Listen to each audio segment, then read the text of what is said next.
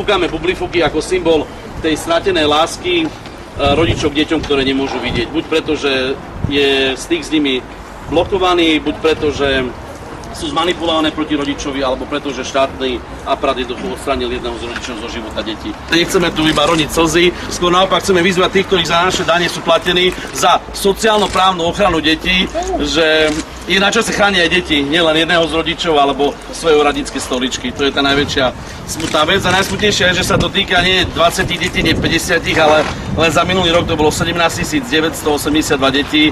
To málo kto tuší, že až toľko ich končí na súdoch kvôli poručenským záležitostiam a z toho 96,2% strátilo jedného z rodičov, takže sme krajina jedného rodiča, Slovensko krajina jedného rodiča, čo je veľmi škoda, lebo mnohí hovoria, že si dáva starostlivosť nejaká moderná výsada, ale pokiaľ ja viem, ľudský druh nikdy nebol hermafrodit, ale vždycky sme mali otca a matku, takže zdá sa mi zvláštne, že dnes mať otca a matku považujú niektorí za modernú metódu alebo nejaký výmysel. A my si myslíme, že dieťa by nemalo patriť nikomu, ale dieťa by malo mať právo vychovať obidvaja rodičia, aj keď sú dobrí, aj keď sú zlí, samozrejme pokiaľ ho netýrajú alebo nerobia nejaké blbosti, ale tej patológie je naozaj minimum, nejaké 3%, ale zvyšných 97% rodičov je schopných sa starať a buď chcú, alebo nechcú.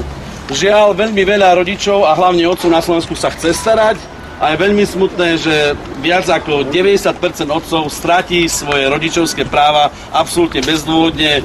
Je to proste neuveriteľný psychický tlak na rodiča, ktorý každú sobotu, ktorú má len určenú, príde pred dvere a malé dieťa od 4 rokov, môj syn teraz bude mať 10 v septembri, bez nejakého logického zdôvodnenia mi povie: nechcem ťa vidieť, nechcem s tebou byť a ja som ti hovoril, aby si za mnou nechodil, začne tak kričať. Človek, matka, ktorá ho má vychovávať, sa jednoducho postaví, pozerá sa na to, pomáha mu tlačiť do dverí, aby proste zatvoril tie dvere predo mnou a komunikácia absolútne žiadna. Darmo mám vyhraté asi 3 alebo 4 súdy, darmo máme sa stretávať na sociálke, kde sociálna kuratela z toho dáva ruky preč s tým, že mám sa sám obrátiť na súd a sám to ďalej riešiť so súdmi. Za posledných zhruba asi 3 roky som bol so synom, teraz zhruba pred mesiacom 30 minút sám na sociálke, kde matka sedela vonku s vedúcou a plakala jej na pleciach s tým, že ako je tam jej dieťa určite veľmi týrané vo vnútri. Mali bol totálne v pohode, 30 minút sme sa rozprávali, kreslili sme si.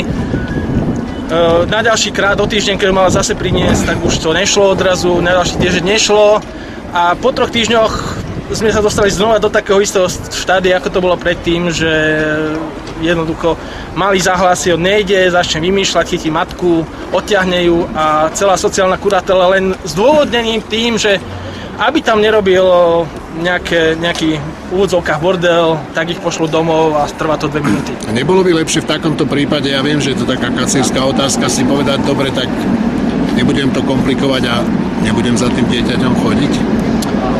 Ono veľmi ťažko, keď niečo máte rád a viete, že ste neurobili nič zlé a chcete mu venovať čas, chcete mu venovať skúsenosti, chcete mu predávať určite nejaké svoje pohľady na svet, tak určite to nikdy žiadny podľa mňa normálny otec alebo normálna matka neurobí, že by sa svojho vlastného z dieťaťa vzdal a odvrhol ho.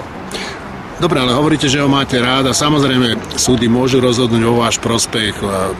Možno máte aj pravdu, asi máte pravdu, no ale ten konečný efekt, ak to dieťa bude väčšinu času s matkou a ona ho bude štvať proti vám, tak bude taký, že to dieťa vás nebude chcieť. Budete sa trápiť vy, bude sa trápiť to dieťa.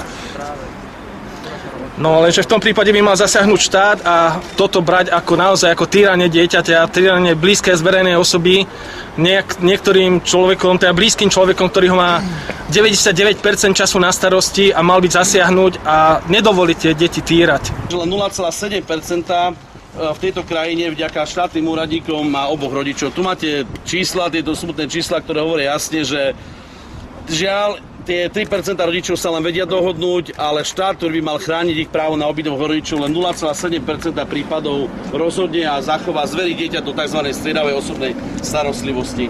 Dnes je naozaj dokázané, že 18-krát väčšia pravdepodobnosť, že dieťa skončí na drogách, keď je bez jedného rodiča, ale to aj matky. A tu práve chcem povedať, že máme tu aj to matky, aby ste vedeli, že Ligu otcov.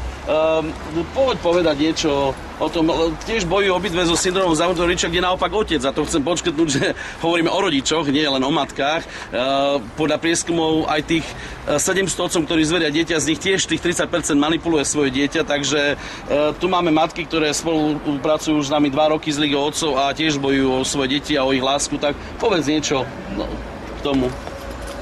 Je mi ťažko hovoriť v tejto situácii, pretože dneska som dostala z Krajského súdu zamietnutie môjho návrhu na rozšírenie styku a zlepšenie vlastne a podpory vo vzťahu s dieťaťom. A v podstate akokoľvek sa snažím, vynakladám niekedy aj nadľudské úsilie na to, aby som sa mohla stretávať s mojím synom. Nie je mi to umožnené ani len asistovanými stretnutiami u psychológa. Takže vlastne je to proste momentálne beznádejná situácia a neviem, čo mám ďalej robiť.